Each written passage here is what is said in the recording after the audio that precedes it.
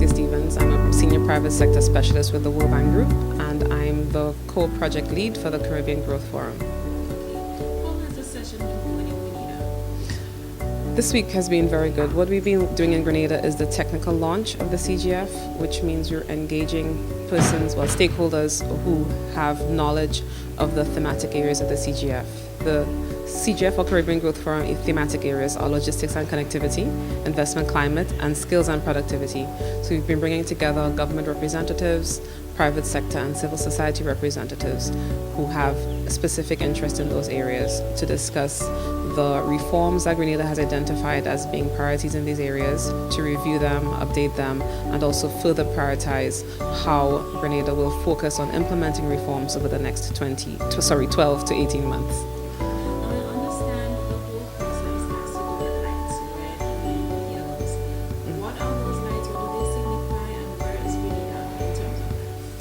Do you drive? Yes. Okay, but you have been a passenger in a car and you have encountered traffic lights. Green means go, red means stop, and yellow or amber means something is about to happen. So the traffic lights, the red, yellow, and green, are a simplified way of tracking how government is doing, and the private sector as well, on implementing reforms. So when the light is green, it means that's a go. It means the reform has been implemented.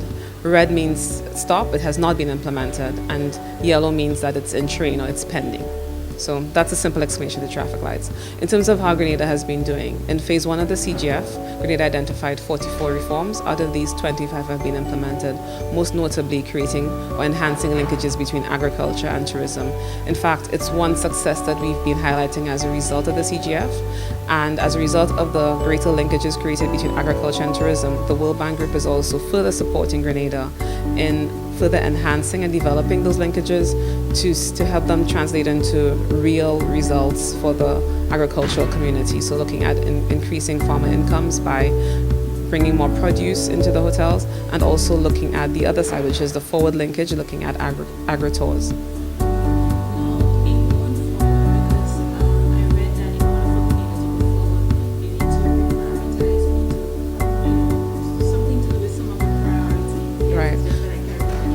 That's fine. But what does Grenada need to do in order to be successful in phase 2? Okay, so the prioritization process you're talking about is part of what we call phase 2 of the CGF. In phase 1, the 44 reforms I referred to before were identified. Now in phase 2, what we're doing is this dashboard of reforms was done about 3 years ago. Things have changed, the world has changed. Grenada, the situation here has changed in many ways. So the idea is that we now look at the dashboard, look at the list of reforms, see what's been implemented, what's still pending, what is still relevant, really clean it up and clarify what is the plan for Grenada over the short term. For example, there's a growth and poverty reduction strategy.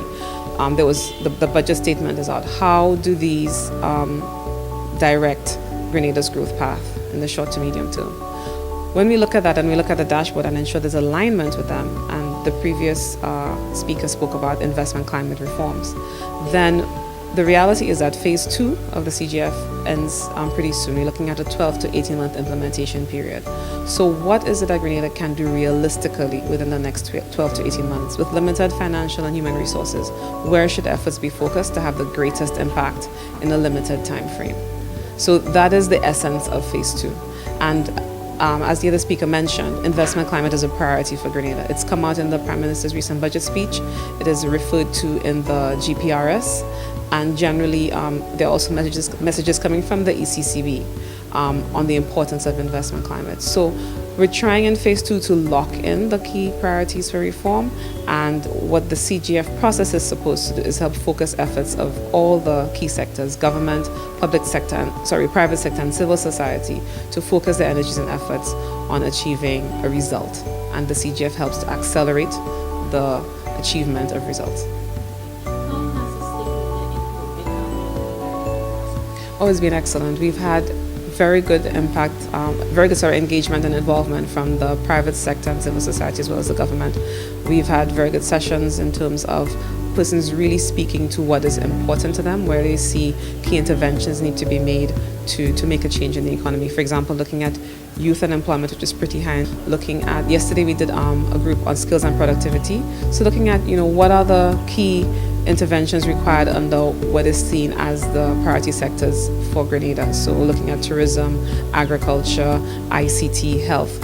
What programs can be implemented, what reforms can be implemented to help attract youth, for example, into agriculture, to help increase the quality of services that are being provided in Grenada. So that's how the input from the private sector and civil society have really helped to shape the discussion. Well, the CGF, one key benefit of it is introducing transparency into the process of reform implementation.